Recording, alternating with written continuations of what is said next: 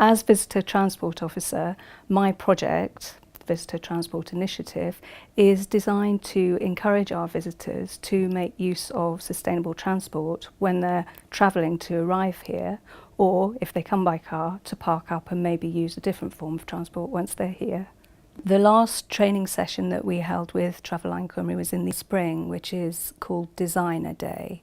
And this is so that businesses can learn how to create an itinerary using public transport from their premises so that they can pass that on to their guests. So we'll be taking them through the Traveline website and how to get the information they need to put that itinerary together. And certainly when we run events, Traveline Cymru have supplied us with lots of promotional items which always go down really well.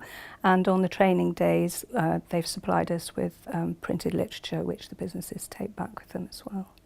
Our approach has been to try and make it easy for people to find out about public transport, and we've gone about that by producing literature and of course to include the Traveline Cymru planner on our website.